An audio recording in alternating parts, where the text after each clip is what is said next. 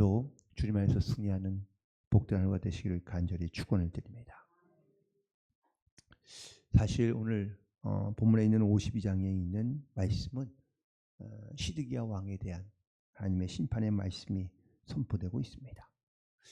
그런데 우리가 어제 본문의 내용이지만 64절에 있는 말씀을 보면 끝부분에 이렇게 기록되어져 있습니다. 예레미야의 말이 이에 끝나니라. 사실 원래 예레미야의 하나님에게 주셨던 말씀은 51장 64절에서 이미 끝이 납니다. 그런데 52장이 다시 기록되고 있습니다. 바로 시드기야가 하나님의 말씀을 배반했다가 결국은 죽음에 이르게 되고 이스라엘이 드디어 이제 멸망받게 되는 마지막 과정을 다시 한번 반복해서 기록하고 있는데요.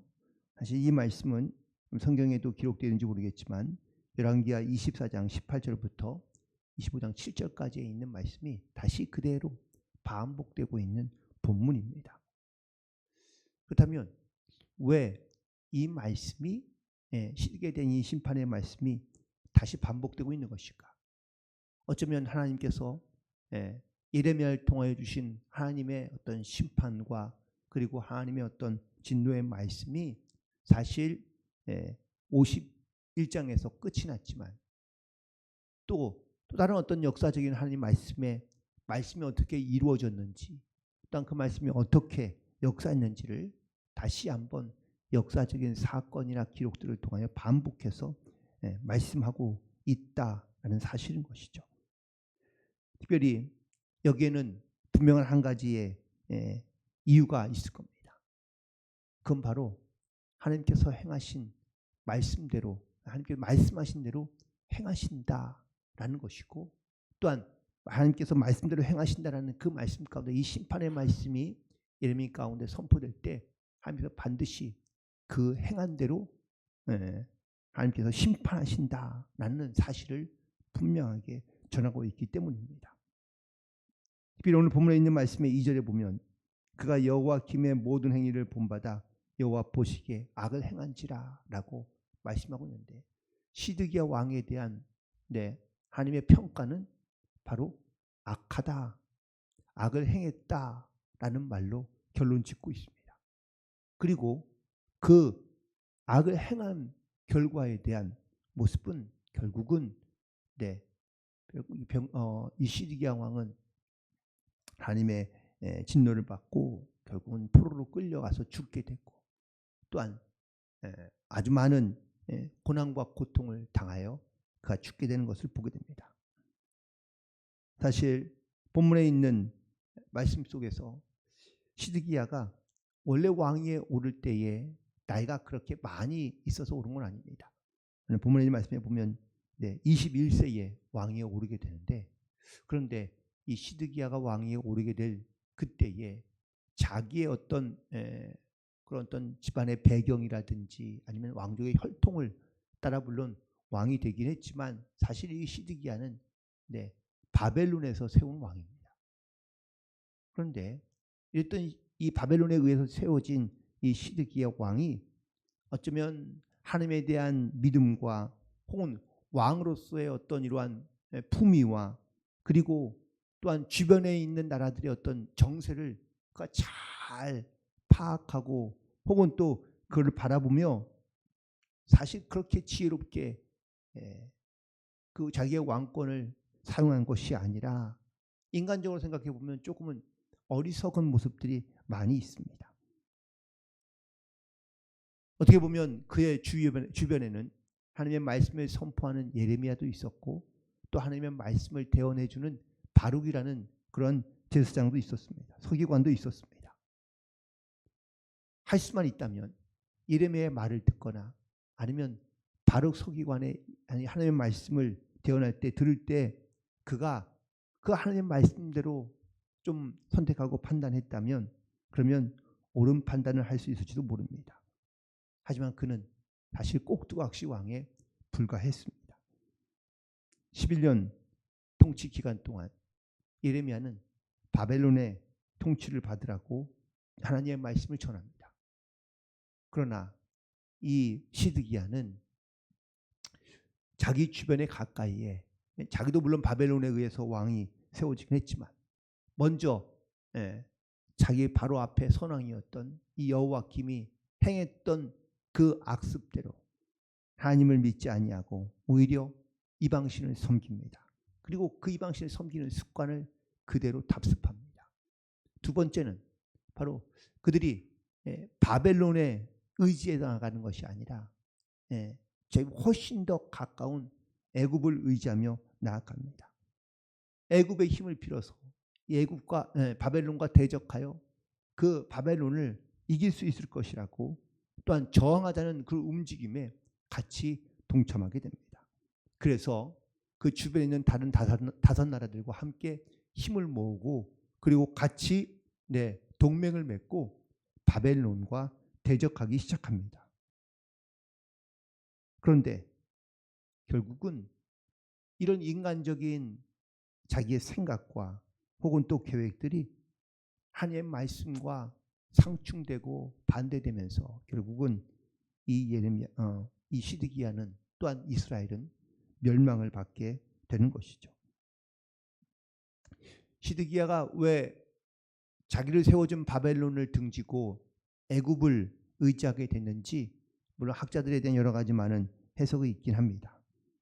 하지만 거기에는 이 시드기야의 교만한 마음과 또한 주변에 있는 자기 신하들이 대부분 다 바벨론보다는 애굽을 더 좋아하거나 아니면 친애굽적인 성향을 갖고 있는 신하들이 대부분이었다라는 것이죠. 그래서 어쩌면 그 신하들의 고언을 아마 무시하고 혹은 또 저버릴 수는 없었다라는 것이 분명한 사실일 겁니다. 하지만 가장 중요한 것은 바로 이 시드기야는 오늘 본문에서 말씀하고 있는 것처럼 여호와 보시기에 악을 행한 자였다라는 사실이죠. 이 악이 악한 죄를 지었다라는 것도 있겠지만 하나님의 말씀을 순종하지 않았다라는 것과 일맥상통하고 있습니다. 여러분, 이런 표현이 있잖아요. 우리가 자녀가 부모의 말을 잘 듣고 부모의 뜻을 잘 따르면 효자다, 착하다라고 이야기하지만 부모님의 말씀과 부모님의 뜻대로 행하지 아니하면 불효다라고 이렇게 얘기할 수도 있습니다. 하나님께서 시드기야를 말씀하시고 판단하실 때 그런 여호와 보시기에 악을 행했다라는 이 말은 철저하게 하나님의 말씀을 무시하고 하나님의 말씀을 따르지 않았다라는 겁니다.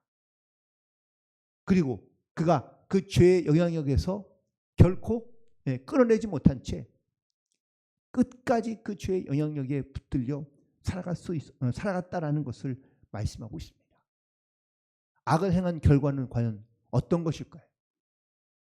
오늘 본문 말씀을 통하여 분명하게 다시 한번 반복하고 있는 말씀은 악을 행한 자는 반드시 하나님의 심판과 진노를 받는다라는 것이 오늘 본문에 있는 말씀이 다시 반복되고 있는 가장 중요한 이유인 것입니다.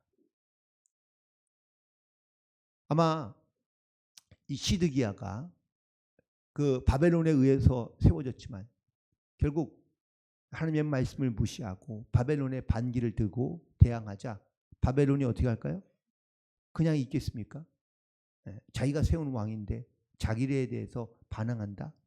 그러니 본보기로 아마 보여주고 마음이 있을 겁니다.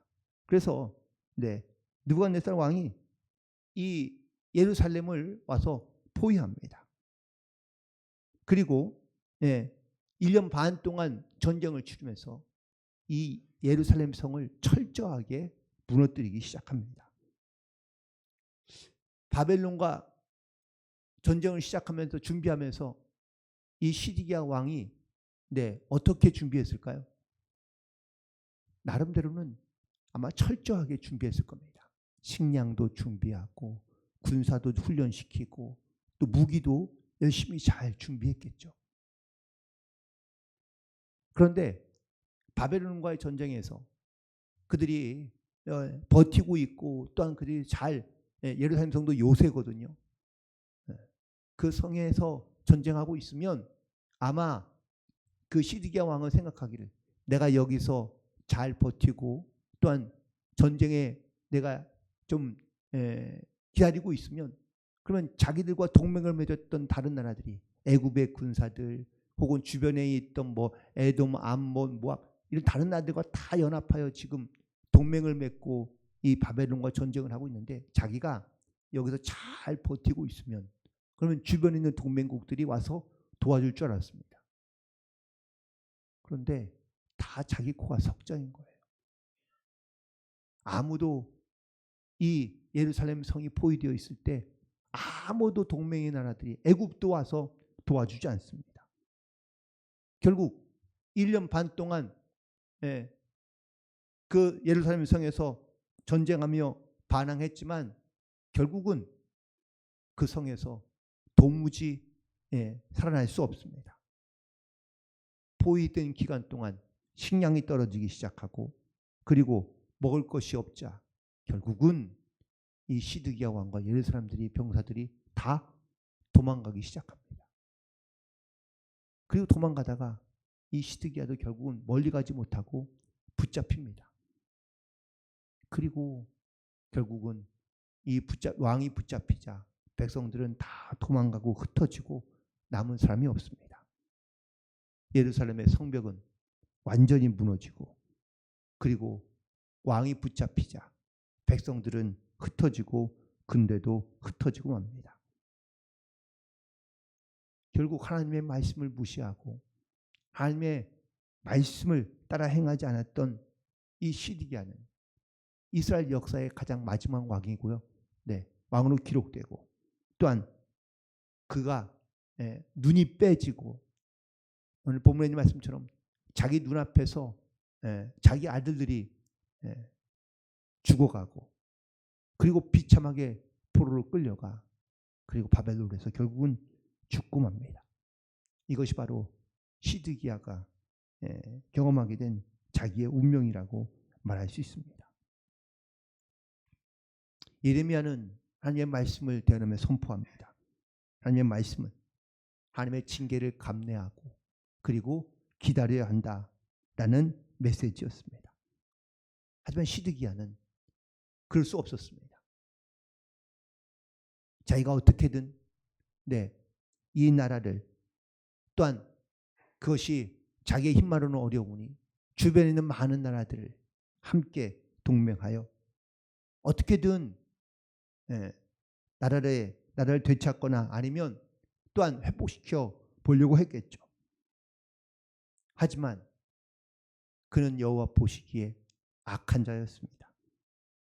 이유는 하나님의 말씀에서 떠났기 때문이고 그리고 하나님의 말씀대로 행하지 않으려 했기 때문입니다.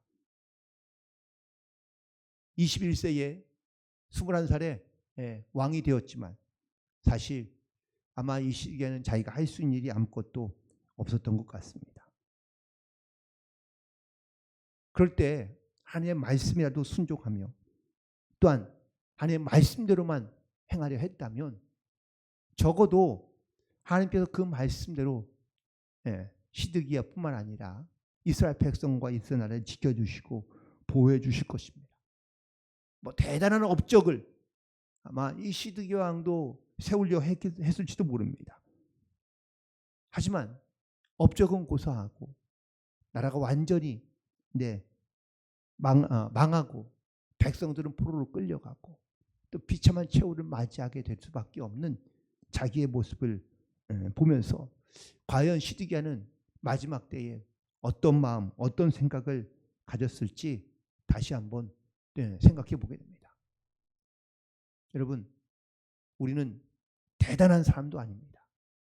뭐 탁월한 사람도 아닙니다. 우리는 정말 연약하고 부족한 존재에 불과합니다. 하지만 우리가 위대하신 하나님의 말씀대로 우리가 살려고 한다면 하나님께서 내 삶에 개입하시고 역사하시고 도우시고 또 하나님께서 살아계신 은혜의 증거들을 우리 가운데 나타내 주시는 줄로 믿습니다. 다만 우리가 어떻게 하나님의 말씀을 듣고 또한 우리 하나님 보시기에 선하고 또한 옳은 행함으로 나아갈 수 있느냐라는 겁니다. 사람이 보기에 어리석어 보이고 사람이 보기에 아무것도 아닐 수 있지만 적어도 자기의 인간의 욕망과 생각에 사로잡히지 않은 채 우리가 하나님의 말씀대로 살아갈 수 있다면, 또한 그 말씀을 알고 우리가 순종함으로 나아간다면 반드시 하나님께서 도우시고 일하고 역사하시는 하나님의 귀한 은혜들을 우리가 경험하고 체험하며 고백하며 살아갈 수 있게 될 줄로 믿습니다. 오늘 말씀을 통하여 하나님은 분명히 우리에게 이렇게 말씀하십니다. 내가 내 모든 행위와 말을 다 안다. 하나님께서는 우리의 말도 우리의 생각도 우리의 중심도 아시고 보시며 감찰하시는 하나님이신 줄로 믿습니다. 감찰이라는 말이 여러분 나쁜 뜻이 아닙니다. 본다, 안다, 듣는다, 알고 있다라는 뜻입니다. 하나님께서 나를 보시고 나를 아시고 또한 나의 모든 것을 주님께서 들으시는 줄 믿습니다. 시드기야는 하나님의 말씀을 들으려 하지 않습니다. 예레미야가 분명히 하나님의 말씀을 선포하지만 그 말을 들으려 하지 않습니다. 그는 자기의 앞에 있는 선왕이 자기의 물론 사촌 형이었지만 하나님의 말씀을 듣지 않고 이방신을 섬기며 자기 뜻대로 행하다가 그도 역시 끌려가 죽는 것을 봤습니다. 보았으면 깨닫고 그리고 변화시켜 바꿔야 되는데 본대로 행하지 않은 것이죠. 결국은 자기의 교만대로 자기의 생각대로 이 시드기야도 결국은 살아가다가 결국은 심판을 받고 죽게 되며, 그리고 하나님은 이 시드기야 왕에 대하여 한마디로 정의하시는데 그는 악하다라고 이렇게 말씀하고 계십니다. 우리는 오늘 하루를 우리가 또한 살아가면서 하나님께서 분명 나에게 주시는 하나님의 귀한 말씀들을 들을 수 있게 되기를 간절히 소망합니다. 그리고 또 내게 보여주시는 것들을 통하여 하나님의 뜻이 말씀이 어디 있는지를 볼 수 있는 믿음과 지혜가 있기를 간절히 소망하며, 그리고 그 들은 말씀 또 보게 된 하나님의 또한 인도하심을 따라 우리가 자기 생각에 자기 뜻대로 행하여 악하다라는 말을 듣지 않고 말씀에 순종함으로 또한 주님의 말씀 가운데 믿음으로 담대히 의지하여 나아갈 때에 하나님께서 우리를 통해 일하고 역사하시는 하나님의 귀한 은혜를 우리가 경험하며 맛보며 또한 그 은혜에 감사함으로 담대히 이 땅 가운데 살아가는 복된 성도들이 되기를 주님의 이름으로 간절히 축원을 드립니다. 기도하시겠습니다.